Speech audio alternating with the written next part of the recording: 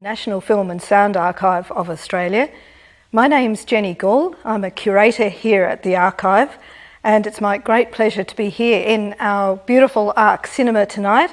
It's a little bit empty and I wish you were all here with me, but I hope you have a cocktail in hand and are sitting back and ready to have a look at some of our beautiful collection items.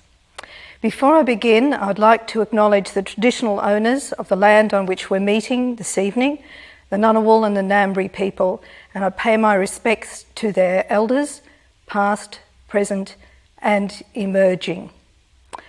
So tonight I'll be talking about 3 costumes from 3 very well-loved Australian films: Mabo, Priscilla, and Women, He's Undressed. 3 very different movies, but some really interesting stories, and the films I think that Australia makes the best are the stories about people who are kind of outsiders, who defy oppressive conventions and change the world. And these films have helped to change the national psyche, I believe.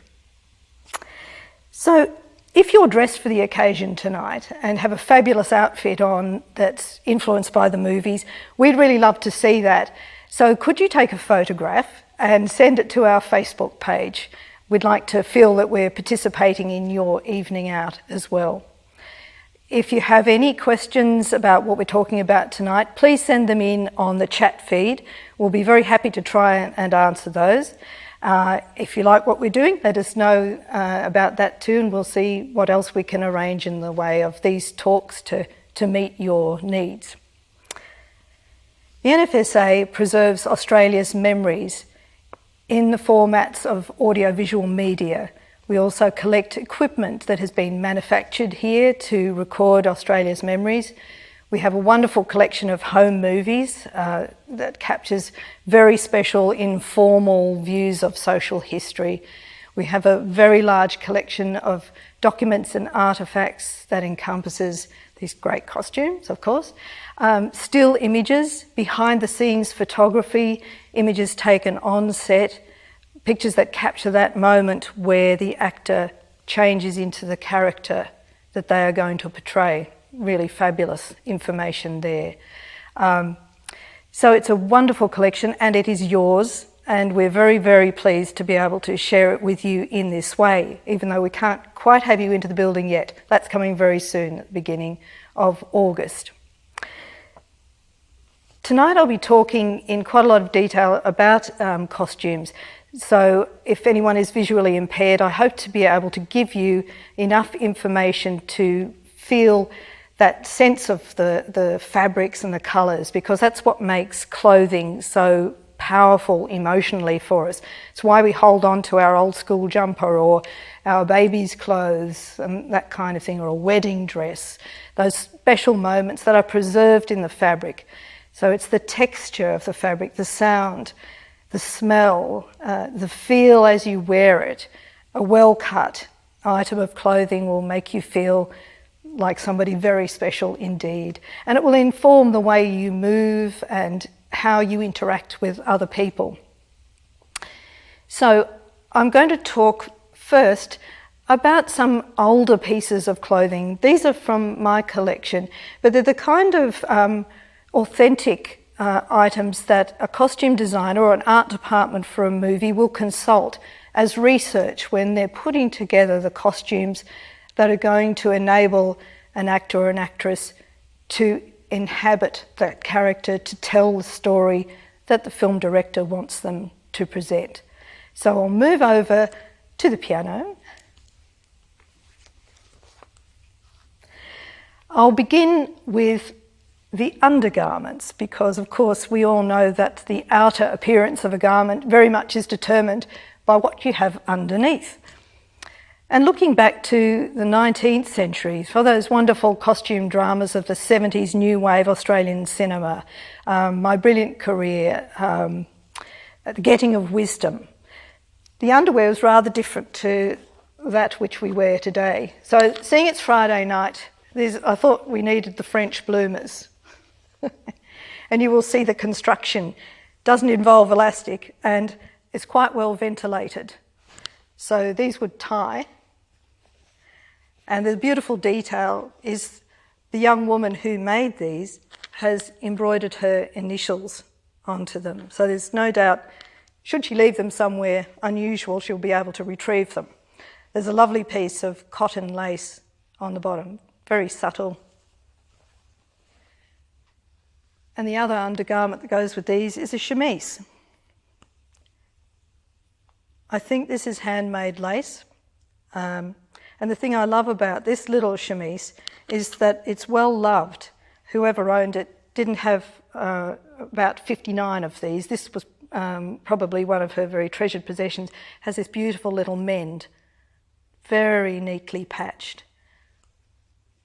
And the buttons have been replaced. They're different, but mother of pearl, two different ones, but an item of clothing that's been well loved and valued. So for an actress putting on that gear, it's going to inform your whole body shape, because over that you'll have a corset which will produce that well-known image of the 19th century, that very tightly cinched in waist. And of course that will affect how the actress moves and how they breathe. And so it gives them a very good insight in, say, for My Brilliant Career, how Sibylla Melvin would have moved and felt in that kind of attire. So for Judy Davis, these would have provided all those cues for how her movement would look authentic. I think one thing that we know is that our generation is very well educated visually. Audiences are very good at picking up things that aren't authentic because we've been saturated with so much imagery. We can check up on historical details very easily now.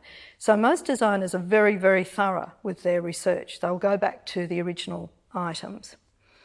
Footwear, of course, is one of the major ways that an actor's gait will be affected. These shoes are from around about 1912.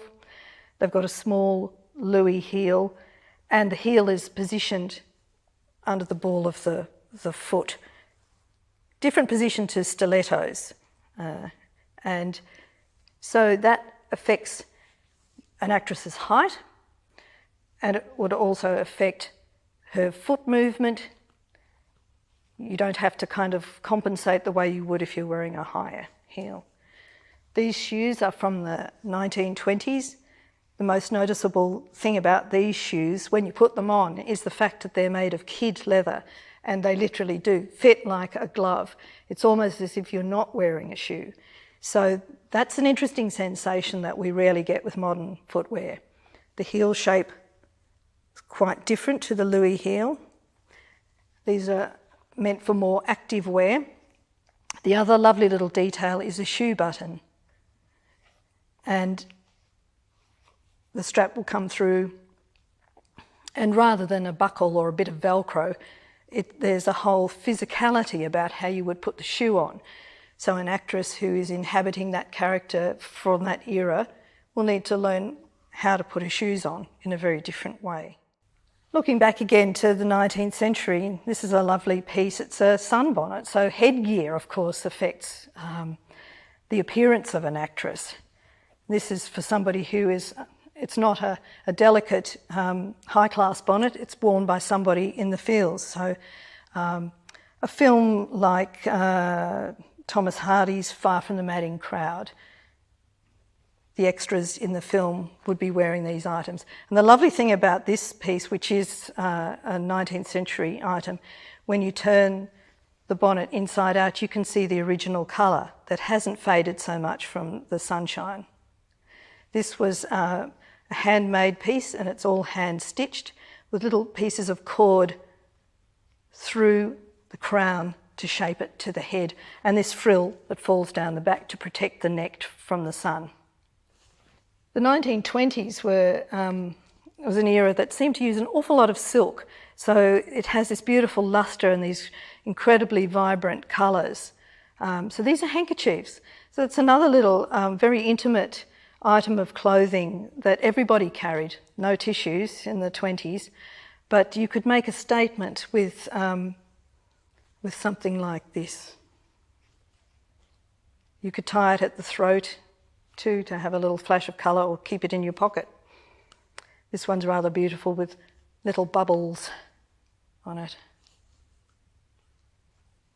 For the gentleman, an actor needs to get used to being able to tie a tie. This is a schoolboy's tie from about 1910, but it's wool, so it's a very different texture for most of the ties that are worn now, and a different shape.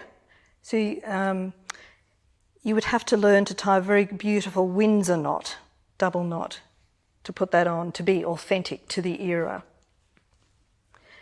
And if you're going out dancing, you'll need your stiff collar and your white bow tie for an evening out as the Great Gatsby.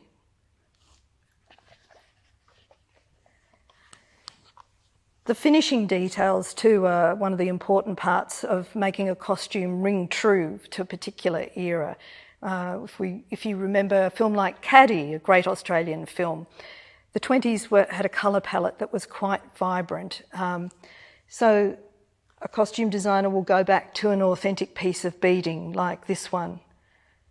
Quite dramatic colours with black jet glass beads and then this particular green and little cream tiny beads, all hand beaded onto a piece of netting, and this would have been a feature piece on a dropped waist. But the colour schemes are so different to the things that we usually see. That's why the authentic pieces are useful.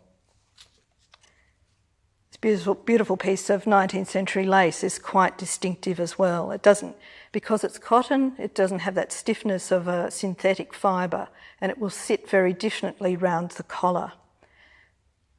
That's quite gorgeous handmade lace.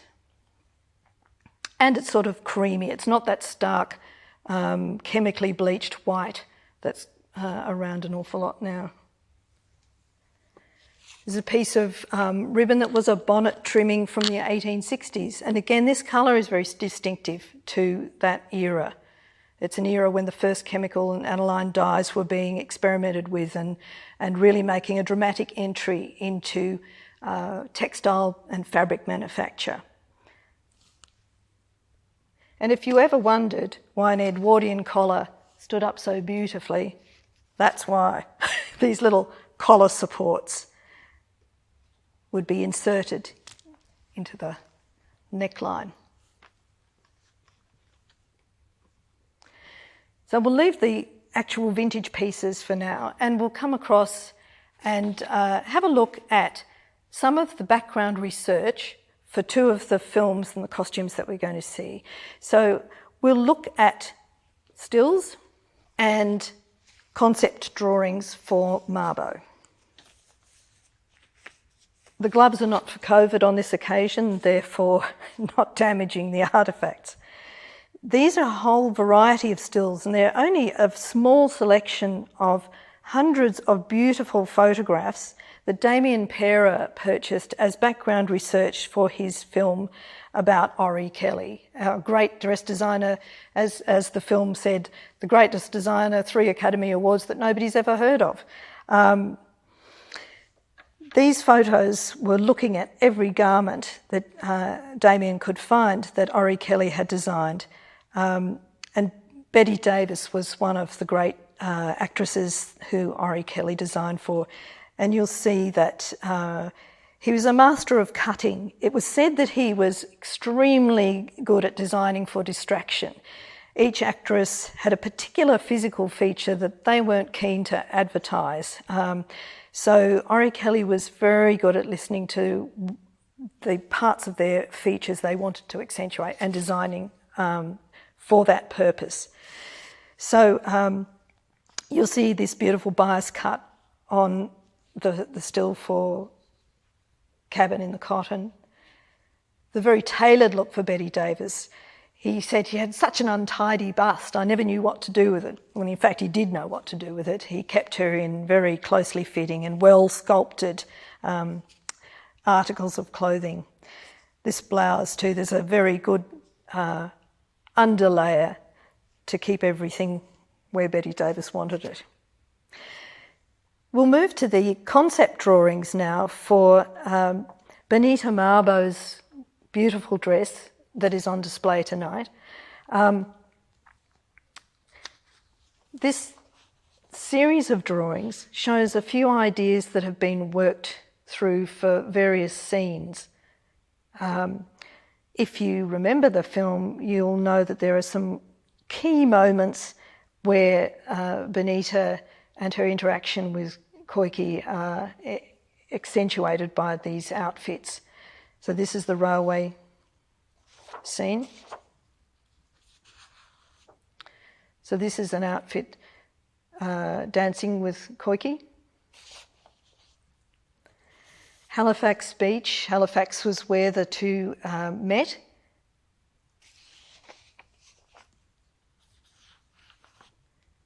And I'll just show you through a few of these. It will give you an idea how the designers played with the sketches, taking Bonita through important moments in her life. The maternity dresses.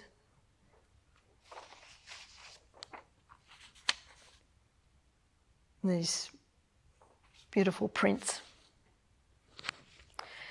We'll have a closer look at the dress in a moment. Now I'm going to show you the costume in its box so that we can show you how we look after these costumes. I'll just begin this section by showing you what happens to a silk dress that isn't well looked after.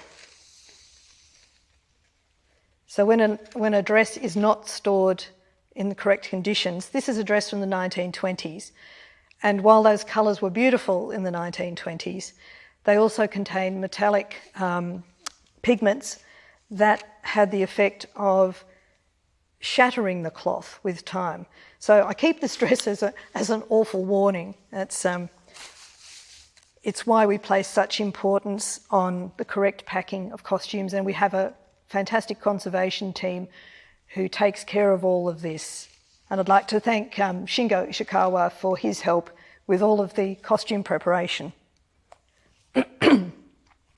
So you see that the box is flat. The idea is to keep the dress flat, and it's wrapped in acid-free tissue. The most important thing though is the supports. What you're aiming for when you're preserving costumes is to try not to have sharp lines, especially with a heavy fabric, because if you have those sharp lines, that will be a point which may tear or fray. So you can see these beautiful little Dacron sausages that support the shoulders. That's the part of a garment that takes the most strain when it's worn. And these sausages that are rolled tubes, we use pool noodles too. They're inert and they won't interact in any chemical way with the fabric. We have a little piece of mylar in here around the buttons, just in case any moisture by some bizarre set of circumstances entered here, it would not rust in any way. So that's a little look at the way the costumes are packed. Because there are quite a few costumes for Mabo, we've packed 2 items in each box. The heavier one on the bottom and the lighter weight dress on the top. And as you see, this is one of the beautiful summer frocks, the cotton summer frocks that Bonita wears. So let's move from the conservation side and let's move to the costumes. Start with Mabo. Paul Keating said of the Mabo decision, the High Court decision to grant land rights and to throw out the idea of terra nullius, Mabo establishes a fundamental truth and lays the basis for justice, the basis of a new relationship between Indigenous and non-Aboriginal Australians. So that decision was like a bolt of lightning for most Australians. I think for thousands of Australians, they'd never conceived that there could be such a thing as terra nullius, that was claiming that the Indigenous inhabitants of our country had no concept of land rights. And for other Australians, they were very well aware of it and took advantage of this bizarre legal concept. But the High Court decision in 1992 was a real awakening for Australian society, and as Keating said, it was a chance to start to think differently about how non-Indigenous and Indigenous Australians work together. So this film that was made by ABC TV and Blackfella Productions with SBS assisting, because it was a television movie, it reached an enormous audience. Probably a lot more people saw it than a cinema release because television, of course, is in every home. So it's a landmark film and a stunning presentation of a very human story. So the costume I picked from that film was worn by Deborah Mailman. Rachel Perkins was the director of the film, and she has a beautiful eye and a very intelligent and witty and wonderful way of portraying strong women. So this dress is from the moment when Koiki Mabo sees Bonita. She's going to a wedding and she's in this gorgeous frock and he is smitten. She looks like, I don't know, the embodiment of the summer breeze from his beloved Murray Island. And looking at the frock, the colour scheme is meant to support that, I think. It's fresh, she's a young girl, she's beautiful, she's innocent, with a wicked sense of humour.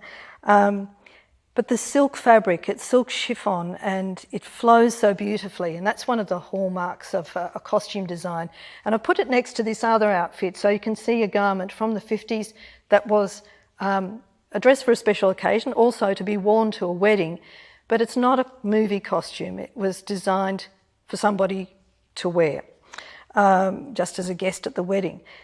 This, being a movie costume, has some more properties in it that will tell the audience, here's a character that we will want to watch. She's going to take us somewhere. So you see that there's a beautiful silk satin petticoat underneath it and this top layer with a blue floral pattern, very fresh. And the sash round the middle and has a very coquettish bow on the bottom. And if you saw the photograph promoting tonight's event, that lovely image where she's looking over her shoulder sums up that whole moment when Koiki sees Bonita and he's certain she's the one. The buttons have been covered in self fabric, so these little buttons down the front. I think a lot of people watching tonight will remember wedding dresses and the tradition of self-covered fabric on cuffs for those outfits. It was a real thing in the 50s and the 60s that you matched the buttons to the outfit, everything flowed. And the sash is silk, it's beautiful watered silk, there's a kind of a watermark through it. And it is truly delicious. As we saw with the costume in the box, everyday life kicks in and Bonita takes on the role of mother very quickly, but she remains the rock in Eddie Mabo's life and his greatest support through that huge battle for recognition. The little boy is supposed to be Ori Kelly as a young man, the very quirky, vivacious and out there, a man who moved from Kiama where he lived with his mother and his father, who was a gentleman tailor, to have a fairly outrageous life in Hollywood. He moved to New York first of all and had a career trying to get work as an actor. He designed ties. He tried his hand at lots of things, but finally found his way to costume design. And his flamboyant personality, I think, played a big part in his ability to connect with actors and actresses mainly. I think he really understood that vulnerability and fragility of a lot of actresses in that high pressure cooker environment of Hollywood. He understood that it was very competitive, it was a jungle, and each of them had some particular body feature that they wished was quite different. And Ori was the man to fix that problem for them. This little suit is white linen, and I'd like to thank Michelle at the National Museum of Australia for loaning this mannequin for us. It's made it possible to display the mannequin as it would be worn. So it's made of linen, which is a natural fibre and creases delightfully, but it has that gorgeous flush to it. Flush the right word? It's a white that's not harsh and it's not reflective in the way that a synthetic fibre would be. You can see the texture and the grain of the weave in that. And the nice little blue, pale blue details, there's the 3 bands of ribbon around the collar and the little band of blue around the sailor's cap. And in real life, Ori Kelly's father designed the sailor suit for him to wear. And in the film, Gillian Armstrong directed, this is a motif that comes back through the film constantly, is Ori Kelly as the voyager. He's often seen in a rowboat, and there's a delightful scene where he's kind of rather overdone it with his love life and his finances, and so he's kind of rowing around rapidly in a circle. It's a lovely image for somebody trying to find the current to go with in their life. And of course, the final scene is beautiful, where he's laid out in the boat and he's being carried by these 6 gorgeous women in these amazing gowns to the cemetery.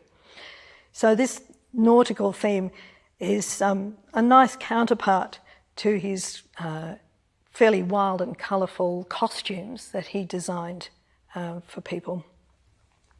I've put this costume up, which is from my collection, because it shows you that bias cut that Ori Kelly, like Chanel, mastered. It's an incredibly flattering use of fabric to cut across the grain rather than go with the grain. The drape's always beautiful. This is silk crepe. And he was a very big fan of using silk and silk satin, those fabrics that look very fluid as they fall. But you'll see it doesn't cling to the body, and yet it gives a very flattering line. So I thought I'd just show you that one as the idea behind a lot of his costumes, to find a cut and a line that would really flatter the actress, accentuate height and have a fluidity of movement that meant the body moved but the gown was complementary to the way the actress moved. So Ori Kelly, any more to say on Ori? I think the other thing that's interesting, it's a very conformist kind of costume, the little sailor suit, but I love the irony that Ori Kelly was in no way conformist. He was outrageous. Let's move to the thong dress, which is a big favourite. Priscilla, Queen of the Desert, like these other films, was telling the story of a culture and a belief system that kept people quite frightened, I think. Drag queens are rather scary when they're at full throttle.